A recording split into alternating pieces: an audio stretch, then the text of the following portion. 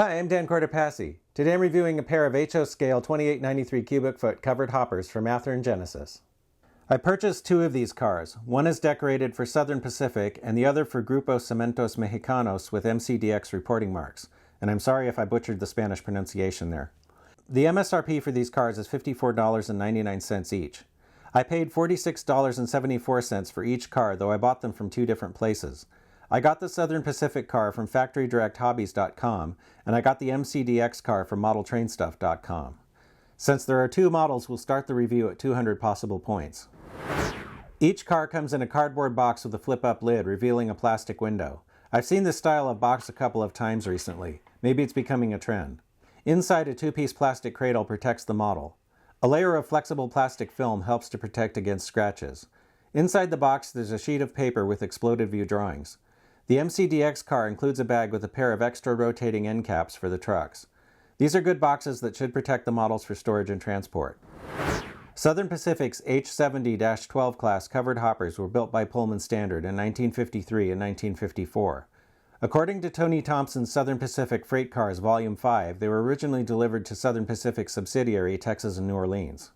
In 1961, the cars were renumbered and given SP reporting marks. According to railgoat.railfan.net, the Athearn model represents a more common version of the PS2 2893 cubic foot covered hopper. The SP H70-12 class cars were apparently an earlier production variant. The main difference is that the intermediate hatches should be about a foot closer to the center of the car, or more or less centered on the panel below rather than overlapping the ribs slightly.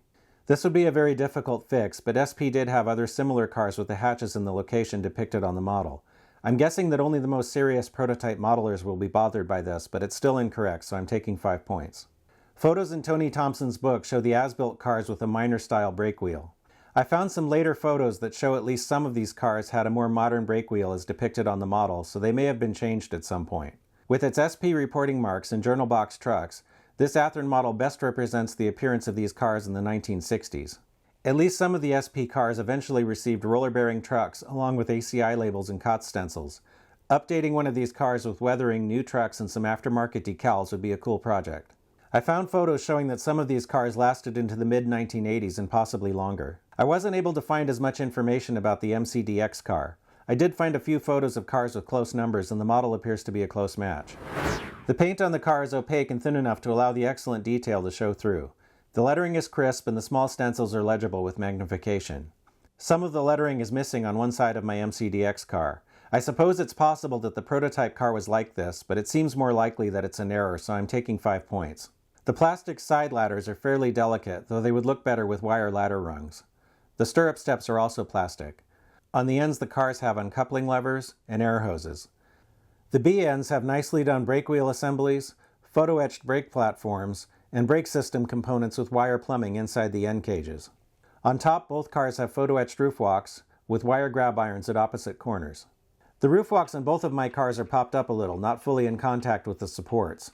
This is a common problem with photo-etched roof walks. I think Athearn could have done a better job with this, so I'm taking 5 points from both models. The hatch detail is very good, though as I mentioned, 4 of the hatches on the SP car are in the wrong places. Underneath, the cars have detailed discharge gates and brake rigging. Both have metal wheels with RP25 flanges. The roller-bearing trucks on the MCDX car have rotating axle end caps. As I already mentioned, the SP car has older-style trucks with journal boxes. Both cars have McHenry plastic knuckle couplers. Looking for a match on the horizontal center line, the coupler on the A end of the SP car is close enough to call it good. The coupler on the B end is also good. The coupler in the A end of the MCDX car is at the correct height. The coupler on the B end is low, so I'm taking 5 points. All the wheels are engaged according to the NMRA standards gauge. The SP car has no significant body wobble.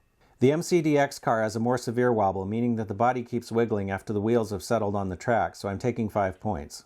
Both cars weigh 3.9 ounces. The NMRA recommended weight for a car of this length is around 4¼ ounces, so these cars are fairly close. If you wanted to add additional weight, it might be possible to glue some weights into the cavities on the underside of the car where they wouldn't show. Both cars are free-rolling, though the SP car is just a little freer than the other one. It may be that the rotating end cap trucks on the MCDX car add a tiny amount of rolling resistance.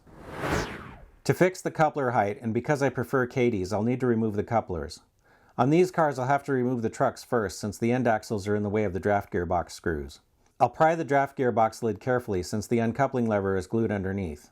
KD158 whisker couplers drop right in. It's important to make sure the couplers swing freely from side to side. The BN coupler on the MCDX car is still a little low with the KDs. I added a KD 10,000ths washer over the bolster pin to get the coupler up to where it should be. Even with that, the car was still a little wobbly. The bolster pin is a little too long to allow the screw to clamp down fully on the truck. I'll file a little material from the bolster pin. Now I can adjust the screw so that the truck can pivot to allow the car to go around curves but won't rock. To fix the roof walk, first I'll gently pull on it to detach it from the supports. I'll use a piece of scrap wire to put some canopy glue on each support. Using my fingers, I'll press the roof walk down near the center, then work toward the ends of the car. The canopy glue takes a little while to cure, so I'll use a file to weigh it down. This glue dries clear and stays somewhat flexible, so when the roof walk expands and contracts slightly with heat, hopefully it will remain attached. So like I said in the review, I found a lot of reference material on the SP cars.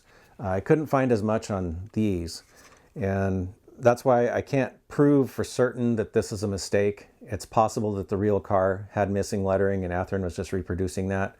So if somebody knows that for sure and has a photo and wants to add 5 points back into the review, feel free to do so.